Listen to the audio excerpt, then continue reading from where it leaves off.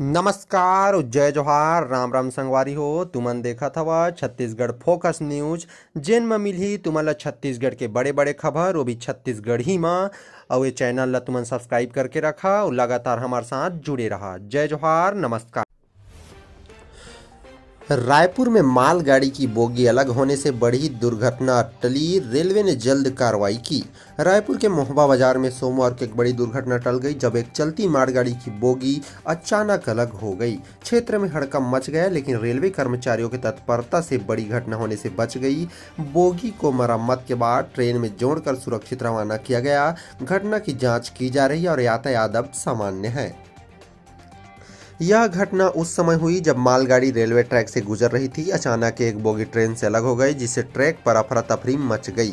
गनीमत रही कि इस दौरान कोई अन्य ट्रेन उस ट्रैक पर नहीं थी, वरना यह एक बड़ी दुर्घटना में तब्दील हो सकती थी। रेलवे अधिकारियों ने कहा कि घटना की जांच की जा रही है ताकि भविष्य में ऐसी घटनाएं न हो। इस समय ट्रैक पर यातायात सामान्य हो गया और यात्रियों की सुरक्षा सुनिश्चित करने के लिए सभी आवश्यक कदम उठाए गए हैं।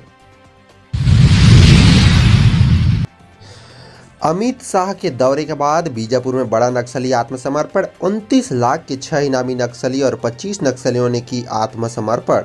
सोमवार को केंद्रीय गृह मंत्री अमित शाह के छत्तीसगढ़ दौरे के तुरंत बाद नक्सल प्रभावित बीजापुर जिले में 29 लाख रुपए के इनाम वाले 6 नक्सली समेत कुल 25 नक्सलियों ने आत्मसमर्पण किया है। इनमें से 3 नक्सली पीपुल्स लिबरेशन गुरिल्ला आर्मी के सदस्य थे, जिन पर 8-8 लाख रुपए का इनाम था। अन्य में एक पर 3 लाख और 2 पर 1-1 लाख रुपए के इनाम था। ये सभी भैरमगढ़ और गंगालूर एरिया कमेटी में सक्रिय थे। अमित शाह ने नक्सल उन्मूलन के लिए 7 राज्यों के अधिकारियों के साथ बैठक की थी और नक्सलियों को आत्मसमर्पण करने या गंभीर परिणाम भुगतने की चेतावनी दी थी। पुलिस अधीक्षक जितेंद्र यादव के अनुसार इस वर्ष अब तक 170 नक्सलियों ने आत्मसमर्पण किया है और 346 को गिरफ्तार किया गया। वहीं बीजापुर के भैरमगढ़ में रविवार रात को नक्सलियों ने जन अदालत लगाकर एक युवक सेतु मंडावी की हत्या कर दी। नक्सल संगठन ने इस हत्या की जिम्मेदार लेते हुए पर्चा जारी किया, जिसमें युवक पर पुलिस के लिए मुखबिरी करने का आरोप लगाया था। इसी क्षेत्र में 3 दिन पहले एक अन्य ग्रामीण लांचा पुनेम की भी हत्या की गई थी। पुलिस ने घटनास्थल के लिए टीम भेज दी है और अब तक इस वर्ष नक्सलियों द्वारा 18 ग्रामीणों और पूर्व नक्सलियों की हत्या की जा चुकी है। छत्तीसगढ़ के विभिन्न शहरों में रुक रुक कर बारिश जारी। मौसम ने बुधवार से तेज बारिश की संभावना जताई है। शहर में हाल ही में मौसम का मिजाज बदल गया है और रुक रुक कर रिमझिम बारिश हो रही है। हालांकि सोमवार से बारिश की तीव्रता में कमी आई है और मंगलवार को भी रिमझिम से मध्यम बारिश की संभावना बनी हुई है। मौसम वैज्ञानिक केंद्र रायपुर के अनुसार बुधवार से एक बार फिर मौसम में बदलाव आएगा और झमाझम बारिश संभावना है। मौसम में यह बदलाव एक ऊपरी हवा के चक्रीय चक्रवाती परिसंचरण और एक निम्न दाब क्षेत्र के प्रभाव के कारण हो रहा है, जो दक्षिण बांग्लादेश से पश्चिम उत्तर पश्चिम दिशा में गंगेटिक पश्चिम बंगाल और आसपास के क्षेत्रों तक पहुंचेगा।